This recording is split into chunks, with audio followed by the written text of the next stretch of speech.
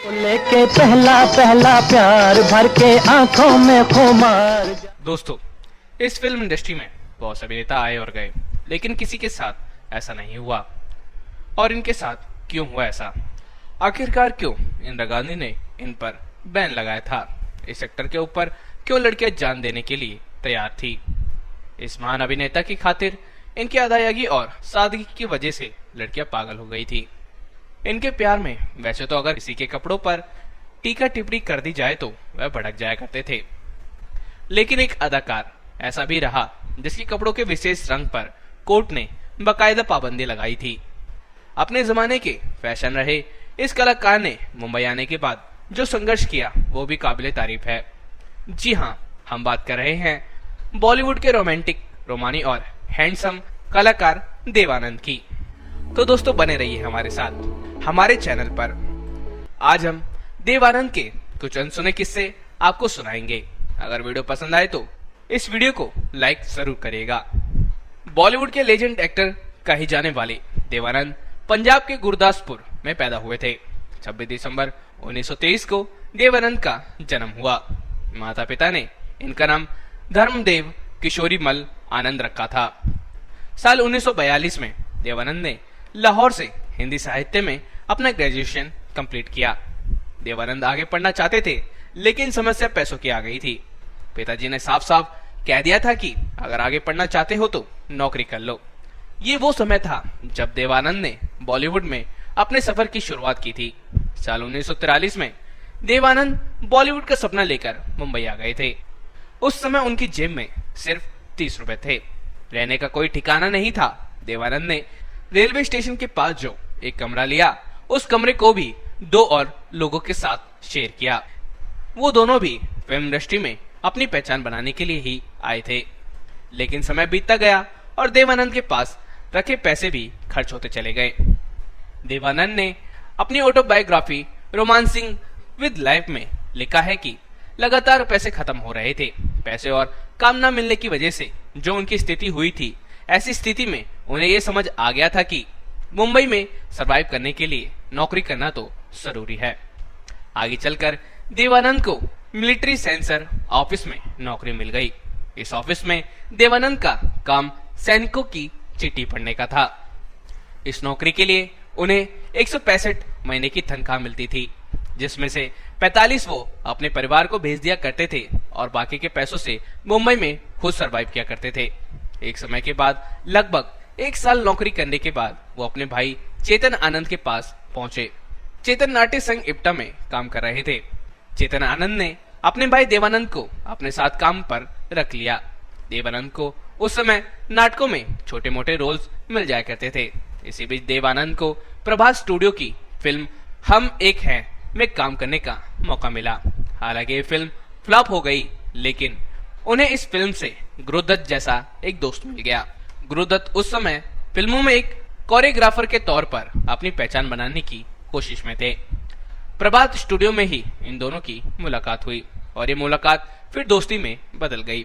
साल 1947 में देवानंद मुंबई के चर्चगेट में लोकल ट्रेन में बैठे हुए थे। सभी फिल्म डायरेक्टर इस साहिल लतीफ उनके पास आकर बैठ गए और देव आनंद से पूछा कि आप आजकल क्या कर रहे हैं। देवानंद का जवाब था, कुछ खास नहीं। साहिल लतीफ ने उन्हें अगले ही दिन बॉम्बे टॉकीज बुलाया। ये अब देवानंद वहां पहुंचे तो वहां पहुंचने के बाद उनकी मुलाकात दादा मुनि अशोक कुमार से हुई। अशोक कुमार ने अपनी फिल्म जिद्दी में देवानंद को हीरो का रोल दे दिया।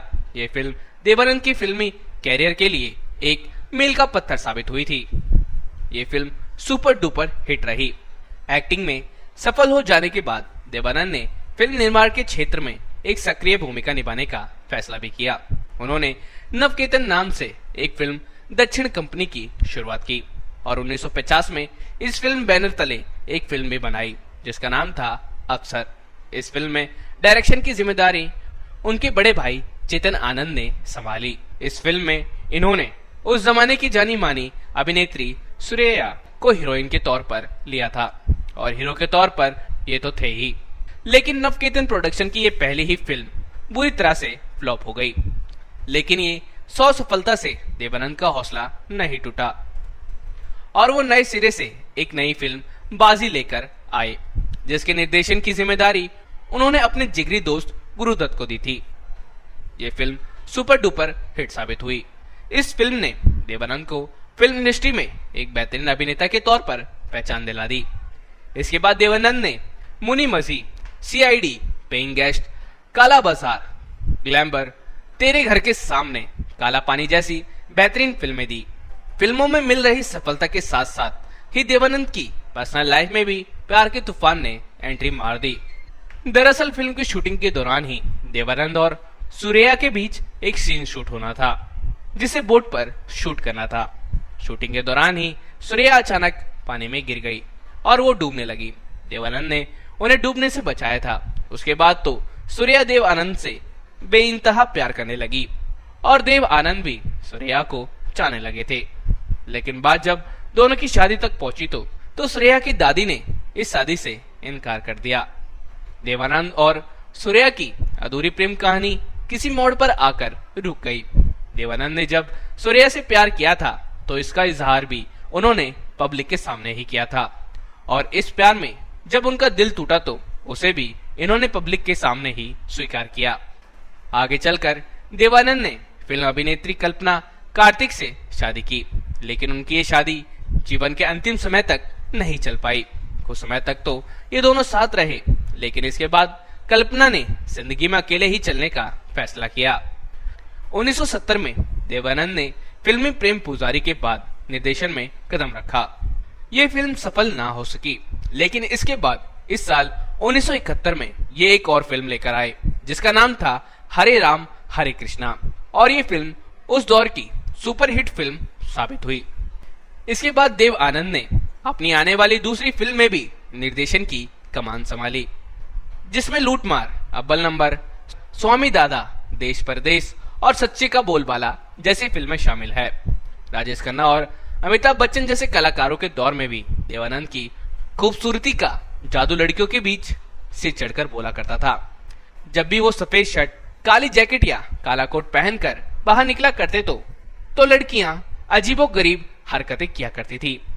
इसके बाद एक जनहित याचिका जारी की गई, जिसमें कहा गया कि अब ये देवानंद सफेद शर्ट, काली जैकेट या काला कोट पहनकर बाहर ना निकला करे। देवानंद साहब अपने बचपन में काफी शर्मीले स्वभाव के हुआ करते थे। वो लड़कियों को देखकर ही दूर भाग जाया करते थे। देवानंद के पिता अपने बेटे की इस आदत को देखकर काफी ज्यादा परेशान हो गए, और इस आदत को दूर करने के लिए उन्होंने अपने बेटे देवानंद का एडमिशन लड़कियों के स्कूल में करवा दिया, जिससे कि देवानंद साहब की झिझक दूर हो जाए। जब झिझक दूर हुई तो उसके बाद देवानंद साहब पर रोमांस का भूत सवार हो गया। सौरभ देव आनंद इतने ज्यादा रोमांटिक हो गए कि अब देवानंद के पिता उनके रोमांटिक आदत से परेशान हो गए। देवानंद के प्यार के किस्से भी काफी सुर्खियां बटोरते थे। सूर्या से प्यार के बाद इनके रिश्ते जीनत अमन का साथ दे रहे थे, लेकिन एक बात देवानंद साहब के साथ हमेशा बनी रही कि इनकी कोई भी मोहब्बत कभी मुकम्मल ना हो सकी। देवानंद की असिस्टेंट रही मोहन चूरीवाला ने एक बार एक इंटरव्यू में बताया था कि देवानंद इंदिरा गांधी से उस वक्त नाराज हो गए जब उन्होंने इमरजेंसी का ऐलान कर दिया था। इमरजेंसी के दौरान देवानंद को कांग्रेस ने एक राजनीतिक समारोह में आमंत्रित किया था, लेकिन विरोध स्वरूप देवानंद उस समारोह में नहीं गए। परिणाम स्वरूप देवानंद के तमाम गाने और फिल्मों को बैन कर दिया गया। दूरदर्शन और विविध भारती पर ना तो इनके गाने बजते थे और ना ही इनकी कोई भी फिल्म चलती थी। तब देवानंद ने तत्कालीन सूचना एवं प्रसारण मंत्री वेदाचरण शुक्ल से इस बात को लेकर अपनी समस्या दर्ज कराई थी। वो दिल्ली गए थे और वहां उनसे मिलने के बाद उन्होंने कहा था कि क्या लोकतंत्र में उनको अपने हिसाब से रहने और काम करने का अधिकार नहीं है। उनके इस विरोध का असर ये हुआ कि उनके मुंबई लौटते ही उनके गानों और फिल्मों पर से बैन हटा लिया गया, लेकिन देवानंद का विरोध अभी भी जारी रहा। उन्होंने नेशनल पार्टी ऑफ इंडिया का गठन किया, चुनाव लड़ने का फैसला किया, लेकिन उन्होंने सोचा था कि लोग उनसे जुड़ेंगे और देश की तस्वीर बदल जाएगी, लेकिन समय कम होने की वजह से वो मनचाहे उम्मीदवार नहीं ढूंढ पाए और पार्टी को वही खत्म करना पड़ा। वो एक बार फिर से फिल्म निर्माण के क्षेत्र में उतर गए। फिल्म निर्माण के क्षेत्र में देवानंद अपनी ही धुन में रहा करते थे। देवानंद ने 88 साल की उम्र में भी बतौर हीरो एक फिल्म की थी जिसका नाम था चार्जशीट। देवानंद साहब ने 4 दिसंबर 2011 को लंदन में आखिरी सांस ली। देवानंद साहब के जाने के बाद भी वो अपनी फिल्मों के माध्यम से आज भी हमारे बीच मौजूद हैं। उनके चाहने वाले आज भी देवानंद को उतनी ही शिद्दत से याद करते हैं जितनी शिद्दत से पहले उनके फैंस उस दौर में उनका इंतजार किया करते थे। तो दोस्तों, देवानंद आपको कैसे लगते थे? उनकी कोई भी फिल्म या कोई भी गाना अगर आपको याद हो तो हमें कमेंट बॉक्स में कमेंट कर जरूर बताइएगा।